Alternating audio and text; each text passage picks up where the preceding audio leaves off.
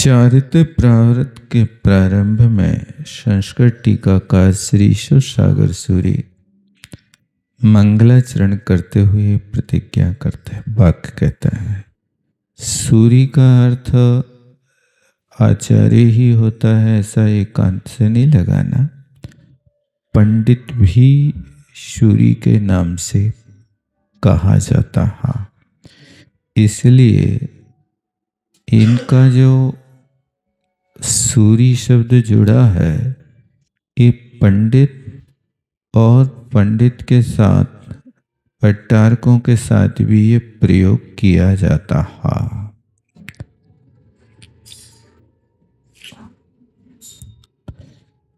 तो यहाँ पर मंगलाचरण टीकाकार करता है। सर्वार्थ सिद्धि प्रदमर्हदीशम विद्यादिनन्दं वृषसस्यकन्दं मन्दोऽपि नत्वा विवृणोमि भक्त्या चारित्रसारं शृणुतार्य मुख्या। अब कहते हैं चारित्रसारं विवृणोमि मन्दोऽपि। आचार्य महाराज अपनी लघुता प्रकट करते हैं कि मैं भक्ति से चारित्र सार का वर्णन करता हूँ, टीका करता हूँ। आर्य मुख्या शृणुत, आर्यों में जो मुख्य स्वाध्याय प्रेमी है वे सुनो। मंदोपी, चूंकि मैं मंदो हूँ लेकिन फिर भी अपनी बुद्धि के अनुसार चारित्र सार की टीका करता हूं। तो ये नत्व क्रिया किन में लगाना? सर्वार्थ सिद्धि प्रदम अर्हद ईशा, सर्वे अर्थों की सिद्धि को प्रदान करने वाले ऐसे अरहंत भगवान को नमस्कार करके, और विद्यानिनंदम वृष शस्य कंदम, और विद्यादि को बढ़ाने वाले, वृष माने धर्म के, शस्य माने होता धान के स्कंद स्वरूप, ऐसे उनको मैं नमस्कार करके चारित्र सार की टीका को लिखता हूं। सब्बर्णु सभ्यदर्शी निमोहावीराय परमेष्ठि वंदितु त्रिजगवंदा अरहंता भव्य जीवे णाणमिदंसण समम चारित्रं सोहि कारणं तेषिं मुखाराहण एवं चारित्रं पौडं वोचे। सब्बर्णु ए मंगलाचरण कुंद महाराज का है, ऊपर टीकाकार का है। सर्वज्ञ हैं, सर्वदर्शी हैं, निर्मोह हैं, बीतरागी परमेष्ठी हैं और त्रिजगवंदा, तीनों लोकों के जीवों के द्वारा वंदनीय है। ऐसे अरहंता भव्य जीवे ही वंदित।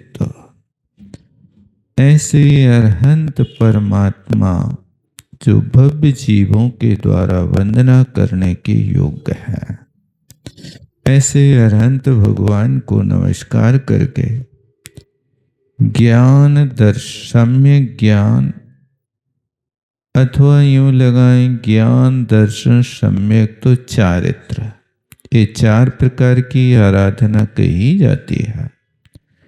इन चारों प्रकार की आराधनाओं की विशुद्धि के कारण स्वरूप ऐसे उन मुख्य आरोहण है जो मुख्य आराधना का कारण, ऐसे चारित्र पहुड़ को बोझे माने वक्षे कहूंगा, ऐसा आचार्य महाराज कहता है। सब्बर्णु सर्वज्ञान, सर्वज्ञ भगवान को वंदना करके चारित्रम नाम प्रावृतम चारित्र प्रावृतम, चारित्र प्रावृत ग्रंथ को मैं कहूंगा, चारित्र सार ग्रंथ को कहूंगा। क्या करता? अहम कुंकुंदाचार्य, कर्ता मैं हूं। क्योंकि जो बोच्छे क्रिया है ना, वो बोच्छे क्रिया आत्मनेपदी की होने के कारण, चूंकि गाथा में कहीं कर्ता का उल्लेख नहीं किया गया, किंतु यहाँ पर क्रिया के माध्यम से कर्ता का ज्ञान हो जाता है। जब वक्ष्यामि का प्रयोग करेंगे तो वक्ष्यामि के साथ कर्ता अहम ही हुआ करता है, और वक्ष्यसि कहेंगे तो तुम कहोगे, और वक्ष्यति होगा तो कोई और कहने वाला होता है। इस तरह से क्रिया के साथ कर्ता का ज्ञान हो जाता है, अतः कर्ता को रखने की फिर आवश्यकता नहीं होती है। कथम भूतान सर्वज्ञान, वे सर्वज्ञ परमात्मा कैसे है? सर्वदर्शी, लोक लोक को देखना ही जिनका स्वभाव है, ऐसे लोका लोकावलोकनशीलान अपरम किम विशिष्टान। और दूसरी क्या विशेषताएं हैं उन सर्वज्ञ की, सर्वदर्शी की? सर्वज्ञ है, निर्मोह है, मोहिनी कर्म से रहित हैं, भूयोपि किम रूपान। फिर भी पूछते और इसकी क्या विशेषता, क्या स्वरूप है? क्या विशेषता है? वीराय वीतरागान, बीता क्षयम गतो रागा ये सामते वीतरागा तान। बीत गया है राग जिनका। कौन सा समास है?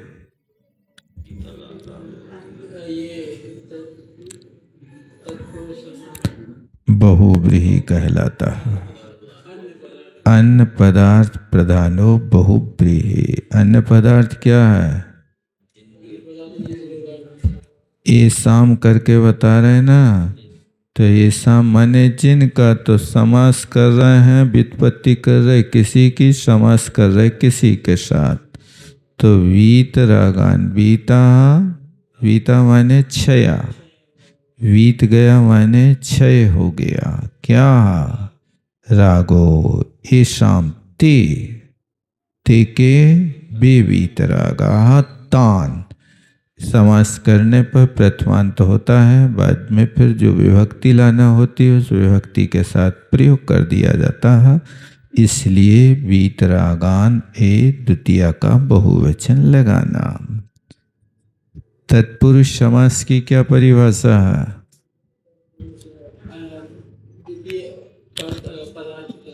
उत्तर पुरुष प्रधाना तत्पुरुषाः, जिसमें उत्तर पद प्रधान होता है उसको तत्पुरुष समास कहते हैं। जैसे राजपुरुषः गच्छति, तो यह समास क्या करेंगे? राज्ञाः पुरुषाः इति राजपुरुषाः। तो यहाँ मुख्यता किसकी है? राज की के पुरुष की? पुरुष की मुख्यता है, पुरुष उत्तर पद कहलाता है, इसलिए राजपुरुषा। फिर कहते हैं अज क्षेपणे इति तावत धातु अजीर बी। देखो बीतराग शब्द की व्युत्पत्ति कर रहे हैं। क्या व्युत्पत्ति कर रहे हैं? अज धातु है, किस अर्थ में है? क्षेपण करने अर्थ में। तो उस अज धातु का इस सूत्र है कहाँ पर? प्राकृत व्याकरण में। अजेर भी, अज धातु के स्थान पे वीर आदेश हो गया। इति सूत्रेण वीयादेशा, तो उसके स्थान पे वी आदेश हुआ। और निष्ठा एकता प्रत्यय सती इति निष्पद्यते। निष्ठा क्या कहलाता है? एकता, एकत्वतु निष्ठा। एकत्वतु का क्या रूप बनता है? गतवान, ऐसा बनता ना। और एकता का क्या बनेगा? गता। गता और गतवान में अंतर क्या है?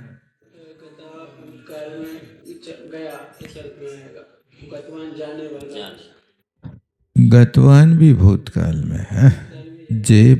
जो होता एकत्वतु प्रत्यय है, भूतकाल के साथ प्रयोग। एकता प्रत्यय का प्रयोग कभी कभी वर्तमान के साथ भी हो जाता है, और एकत्वतु का जो होता वो भूतकाल के साथ ही होता है। हाँ, गतवंता जनाः। लोग चले गए, तुम क्या कर रहे थे अभी तक? ये निष्ठा एकता एकत्वतु को कहते हैं। तो इसके स्थान पे बीत राग हो गया, बीत आदेश हो गया, इससे बीत शब्द बन गया, और राग शब्द स्वतंत्र है। तो वीराया इत्यत्र शश लोपा, शश प्रत्यय का लोप कर दिया। शश प्रत्यय कौन सी विभक्ति में आता है? द्वितीय के बहुवचन में शश प्रत्यय आता है। भूयोपि किम विशेषणांचितान, फिर और क्या विशेषण है? अंचितान, सहित पूजित, बराबर। परमेष्ठिना को अर्था परमे पदे, तो परमे माने इंद्र चंद्र नरेंद्र, पूजते पदे, इंद्रों के द्वारा, चंद्रों के द्वारा, नरेंद्रों के द्वारा। चंद्र, भाग चंद, तो भाग में जिनके चंद्रमा होवे सो भाग चंद, ऐसे है ना। ये चंद्र लग गया। इंद्र प्रसिद्ध है, और नरेंद्र, नराणाम या निरीणाम इंद्र, नरेंद्र, पूजते पदे, सो इंद्रों के द्वारा जिनका पद पूजा जाता है वे परमेष्ठी है। इति व्युत्पत्ति, ऐसी व्युत्पत्ति समो शरण संपत् प्रमंडितान इत्यर्था, जो समो शरण में रहते हैं, सहित हैं, वे कहलाते हैं परमेष्ठी। देखो, समो शरण में कितने सा हैं? लोग वाग तालब्य सा का भी प्रयोग करता है। यहाँ पर ध्यान रखना, सम और औपसर्ग पूर्वक श्री गति धातु से लुट प्रत्यय करके शरण बनता है, और ये शरण सम माने अच्छी तरह से सबूर से जहाँ खिसकता जाए, क्योंकि समोशरण आज यहाँ तो कल वहाँ चलता रहता है, इसलिए समोशरण में दोनों में दंत सा होते हैं, तालब्य सा नहीं होता, और कई लोग समोशरण बोलते हैं।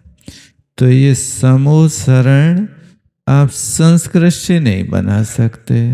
क्यों नहीं बना सकते?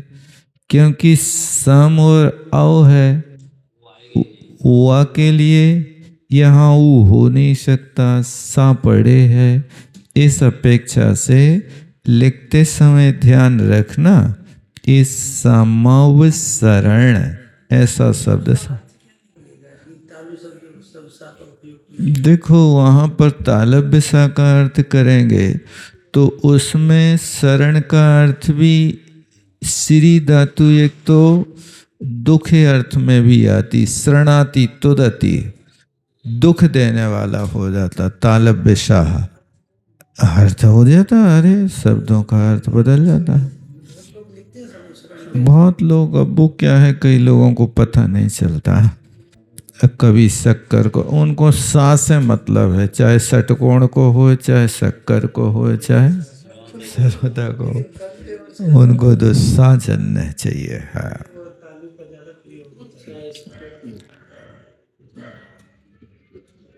हर किसी सा को एक जैसा नहीं मानते, सबके वर्ग अलग है, एक वर्ग का नहीं है। प्राकृत में सिर्फ एक ही सा होता है, लेकिन संस्कृत में 3 सा हैं। तो 3 सा के वर्ग कौन से हैं? शक्कर के सा का तालब स्थान होता है, और वो भी देखो क्रम से रखना, ऐसे तैसे कहीं भी नहीं बोल देना। वर्गों में पहले होगा शक्कर का, फिर होगा षटकोण का, और लास्ट में होगा सड़क का। एक क्रम रखना, क्योंकि इसमें भी अपन को वहाँ जो अभी लिखा ना, अंका नाम वामतो गति, वो अंका नाम वामतो गति, तो पहला सा मिलेगा आपको शक्कर का, एचो सा नाम तालु, दूसरा सा मिलेगा रिटुर सा नाम मूर्धा। तो उस चा का नंबर, शक्कर के सा का नंबर कितना होगा पता है आपको? शक्कर के सा का नंबर होगा 5वां, और षटकोण के सा का नंबर होगा 6वां, और सरौता के सा का नंबर होगा 7वां। इसलिए शक्कर से जब भी अपन लेंगे तो वहां पर ई लेना अपन को, ठीक है ना? कटपय पुरस्ते आदि, इसको ध्यान में रखना। ये तीनों सा के, हिचोषा नाम तालु, रिटुर सा नाम मूर्धा, लिरी तुलसा नाम दंता। ये 3 साकारों का 3 वर्गों के साथ संबंध होता है, इसलिए इसी क्रम में रखना, क्योंकि वर्ण जो होते हैं इसके साथ जोड़े जाते हैं।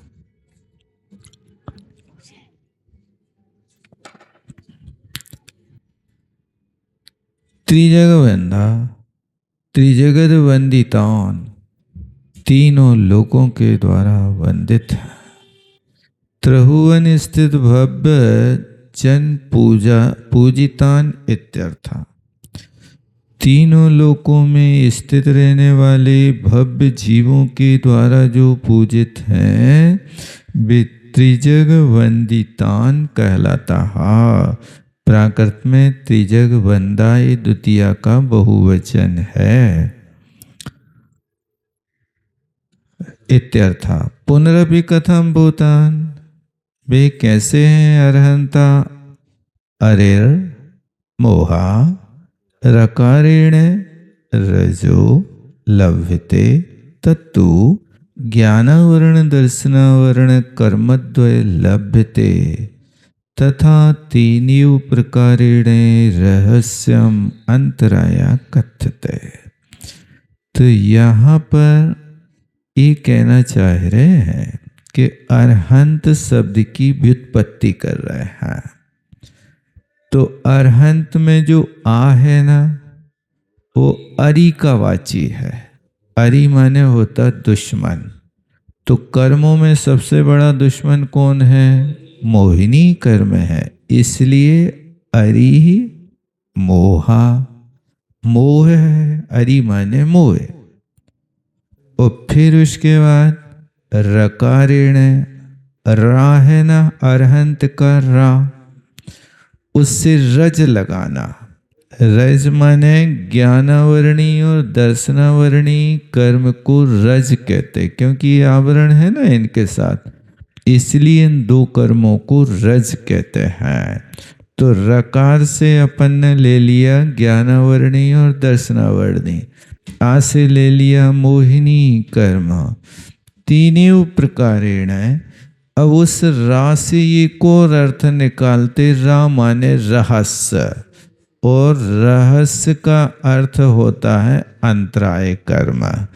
इस तरह से यहाँ अरिहंताणम, ये अरिहंताणम कहने से ने अरिहंताणम का प्रयोग न करके अरहंताणम का प्रयोग किया है।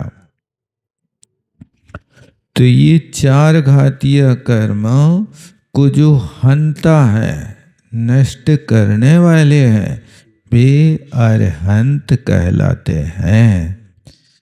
तो एक कथ्यते, उसमें भी पढ़ते ना अपन दर्शन पाठ में, अरि रज रहस विहीन।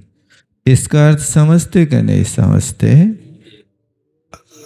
अरि रज रहस विहीन माने अरहंत परमात्मा कैसे हैं? घातीय कर्म से रहित है।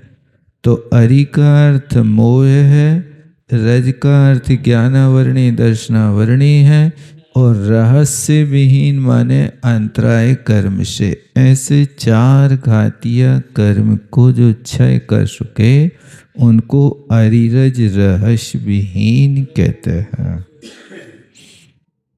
हर किसी को समझ में नहीं आएगा है?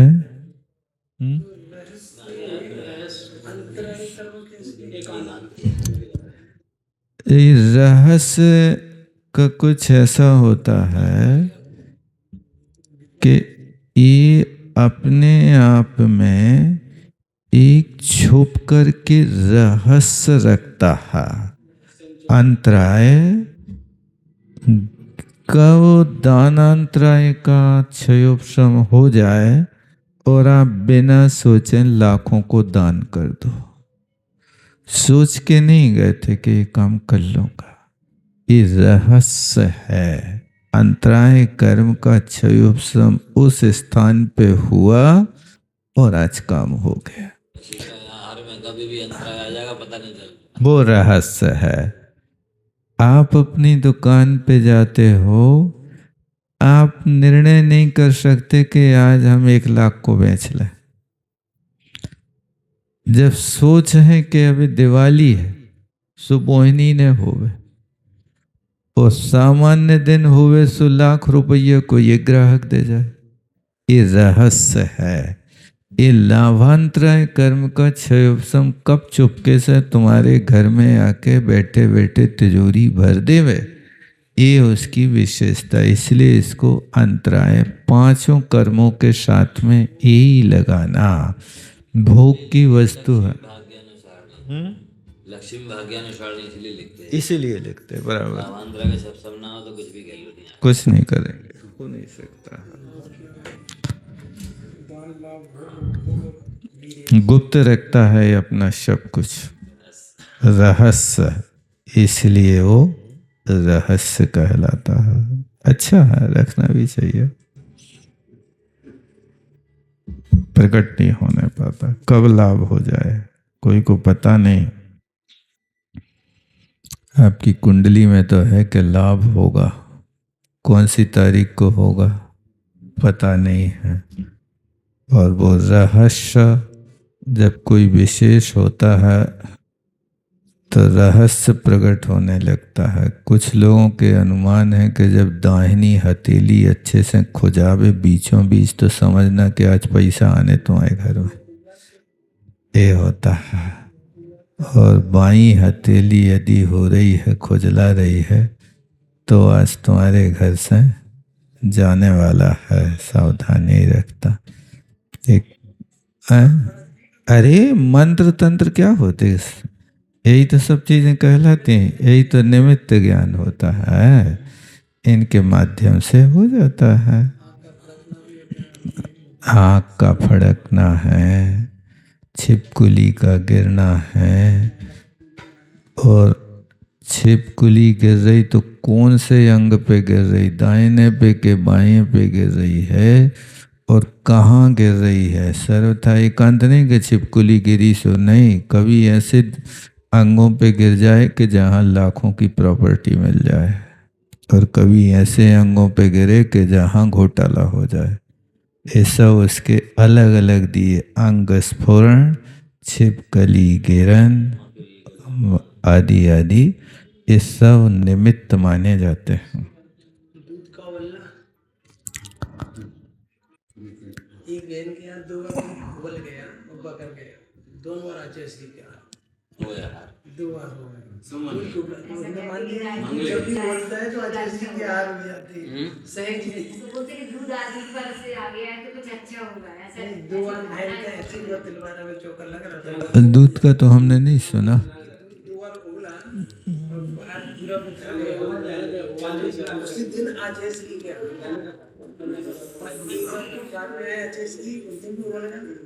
नीचे गिरा तो आचार्य श्री की यार, ऐसा उस बहन ने बताया था। वो शुभ संकेत दूध का शास्त्रों में तो नहीं पढ़ा, लेकिन अब व्यक्ति का अनुमान हो सकता है।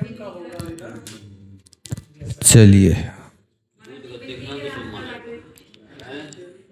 अब वो बिल्ली का भी देखो, ऐसा है कि कौन सी दिशा से कौन सी दिशा में जा रही है वो अलग रहता। बिल्ली का है, छींक का है, सन्मुख सीख हो रही तो उसका फल क्या है, पीछे हो रही तो क्या हो रहा है। इस सब जीवों के अपने अपने और निमित्त शास्त्रों से जाने जाते हैं।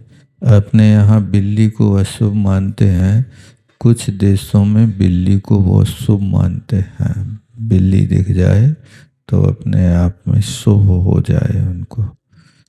उस देश में बिल्ली के पालन भी करते हैं, अलग अलग क्षेत्र होते हैं। शास्त्रों में मना किया मांसाहारी जानवरों को नरकायु का श्रम करना।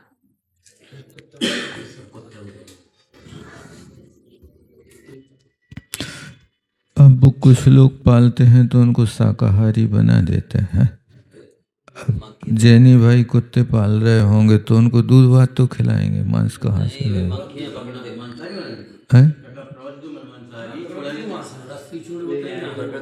हाँ, वो जाएगा, वो है खाता रहता सब भाव तो उसके चलते रहते हैं।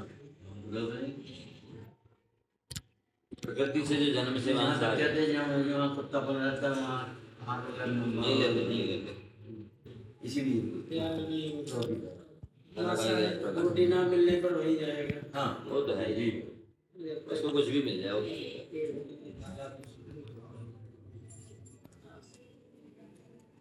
सदा कुकरी है सदा कुकरी भौंकती, भजन करे वो भंग, एक टुकड़ा दार के भजन करो अभंग। ऐसा कुछ योग सागर जी सुनाते थे।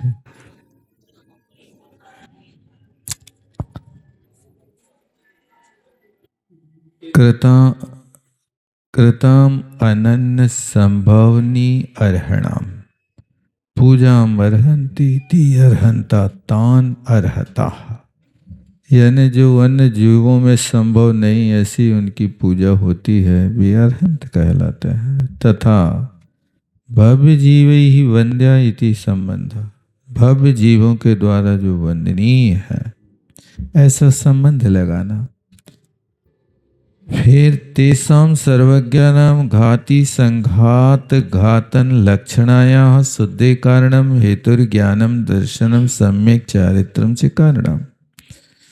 उन सर्वज्ञों की घाती कर्म के समुदाय का घातन है लक्षण जिसका, ऐसी शुद्धि का कारण यानी विशुद्धि का हेतु जो ज्ञान है, दर्शन है, सम्यक चारित्र का कारण है।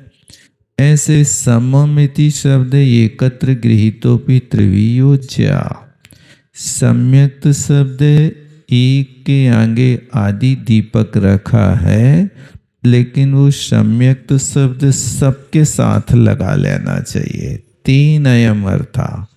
इससे अर्थ है कि सम्यक ज्ञानम, सम्यक दर्शनम, सम्यक चारित्रम च सर्वेषामपि कर्मणाम च कारणम। ये सम्यक दर्शन, ज्ञान, चारित्र सब कर्मों के क्षय का कारण है। मूलातुन्मूलनस्य, जड़ मूल से उखाड़ कर फेंकने वाला है। इसी हेतु इति भावा, ये हेतु है। तीन मुखाराहण है। इस कारण से ये मोक्ष आराधन का हेतु है, कारण है। किम चारित्रम बाहुडम प्रावृतम सारभूतम शास्त्रम अहम वक्षे। प्रावृत का अर्थ सारभूत भी होता है। सारभूत शास्त्र को मैं कहूंगा। इति क्रिया कारक संबंध, इस प्रकार क्रिया कारक संबंध लगा लेना चाहिए। क्रिया में और कारक में क्या अंतर है? क्रिया की विभक्ति और कारक की विभक्ति एक होती है कि अलग अलग होते? कैसे? तीता अंति आदि जो होते क्रिया विभक्ति होती है, और सु और जस आदि जो होते हैं एक कारक के होते हैं। इसलिए कारक प्रकरण अलग होता है और क्रिया अलग होती है। क्रिया के प्रकरण को तिगंत कहते हैं और कारक के प्रकरण को सुबंत कहते हैं। इन दोनों के माध्यम से तिगंतम सुबंतम, सुप्तिगंतम पदम, तिगंतम सुबंतम पदम, सुबंत और तिगंत की पद संज्ञा होती है। तो पद संज्ञा हुई तो एक एक की पद संज्ञा हो गई। लेकिन जब वाक्य बनेगा तो एक सुबंत और एक क्रिया तिगंत होगी तभी वाक्य बनेगा। कितना बड़ा भी वाक्य हो, जब तक उसमें क्रिया नहीं बैठेगी तब तक वो वाक्य की कोटि में नहीं। अपद, अपद तो मतलब वो क्रिया नहीं जोड़ेंगे, विभक्ति तो अपद होगा, पद तो बन जाएगा लेकिन वाक्य नहीं बनेगा। एक तिंग वाक्य, वाक्य किसे कहते हैं? कम से कम एक क्रिया का प्रयोग उसमें होना ही चाहिए, अन्यथा वो वाक्य नहीं बनेगा। ये है। ऐसा क्रिया और कारक का संबंध देखो अलग अलग लगा ना। कारक क्या हो गए? ज्ञान दर्शन चारित्र। और क्रिया क्या हो गई है? अर्चना आराधना आदि आदि। जुगलम एतद गाथा द्वयम युगलम युगम अर्थ है। ये दोनों गाथाओं का एक साथ अर्थ लगाना। ये तिन्नि विभावा हवन्ति जीवस्य कयामि तृणपि वर्णते जड़वड्याम दुवे।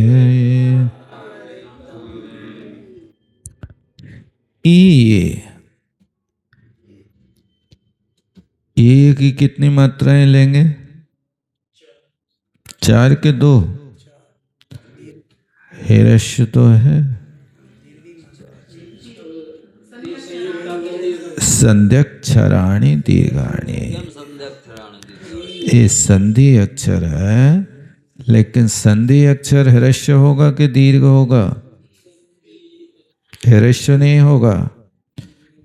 तो यदि हिरस्य नहीं होगा तो फिर 27 स्वर कैसे बनाओगे?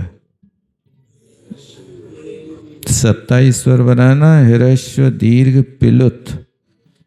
तो 4 तो संधि अक्षर रहेंगे। उन 4 संधि अक्षरों में हिरस्य भी है, दीर्घ भी है, पिलुत भी है। तब तो आपके पास से तीनों भेद बनाओगे तभी वहाँ पर स्वरों के आपके पास 4 तिरी 12 भेद संधि अक्षरों के और 5 तिरी 15 भेद हिरस्य अक्षरों के। ऐसे 12 और 15 27 स्वर होते। स्वर कितने होते हैं? 7 स्वर कितने होते पता है कि नहीं? 64 वर्ण होते ना। तो 64 वर्णों में 27 स्वर, 33 व्यंजन और 4 अयोगबा। ऐसे कुल मिलाकर के आपके पास ये यहाँ प्रयोग कर लिया गया है। तो यहाँ पर अपन को ये ध्यान रखना है क्या, स्वर में विसर्ग नहीं आएगा, उच्चारण आएगा उसी के साथ में वहां पर, क्योंकि स्वरों में आ डबल आम मिल गया तो दीर्घ हो गया, और उसी के साथ में ई का और मिलाने तो ह्रस्व आके आगे 3 लिख दो तो पिलुत हो गया। ऐसे उसमें होते हैं।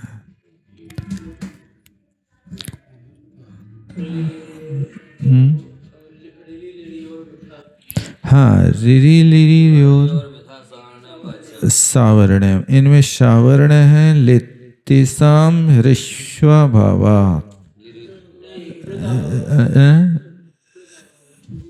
पिलता ह्रस्वा भावात। हाँ, इन संधि अक्षरों में ह्रस्वा भावात।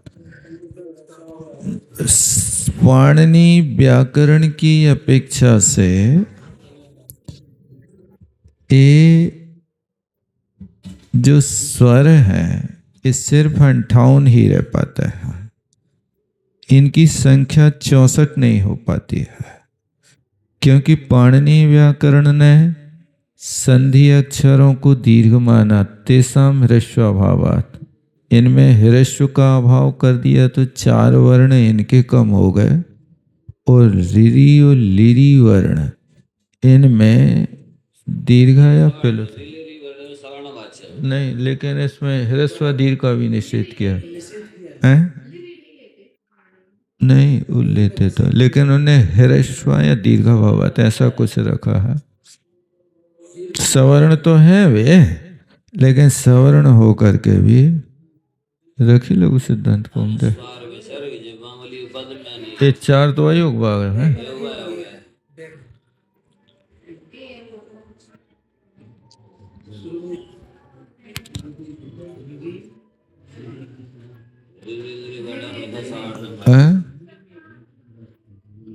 प्रत्याहार में तो है, लेकिन ये कहना चाह रहे कि इनमें रिरी लिरी में ह्रस्व भावात या दीर्घा भावात ऐसा कुछ निषेध किया है।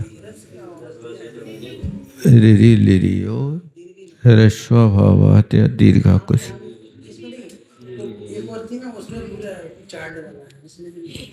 नहीं होगा, उसमें सूत्र है।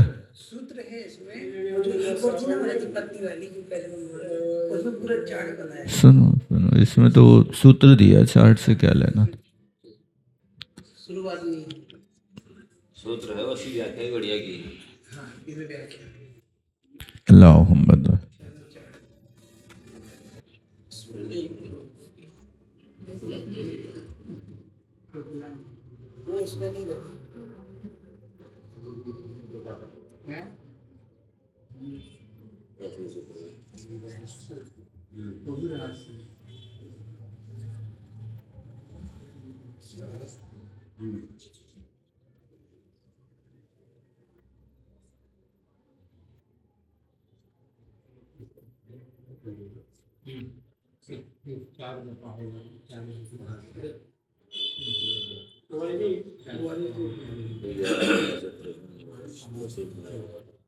और ईचा में भी द्वादश। हाँ, और ईचों के ह्रस्व दीर्घ, हाँ 12 भेद होंगे इनके। ह्रस्व नहीं होता है, ह्रस्व नहीं होता है इसमें, ये है।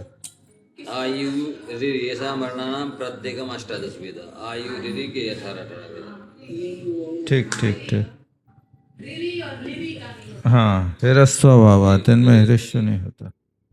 बहुत अच्छा। ऋ में नहीं होता, ऋ में द्वादश। पाणिनि व्याकरण में इन्हें जो भट्टो जी दीक्षित ने की ना टीका, उसका है टीकाकार ना, भट्टो जी दीक्षित है इसके अनुवाद नहीं, गोविंद प्रसाद नहीं टीकाकार कौन है? वरदराज प्रणीता। वाणी के ज्ञान से सुजय लोकालोक सोवाणी मस्तक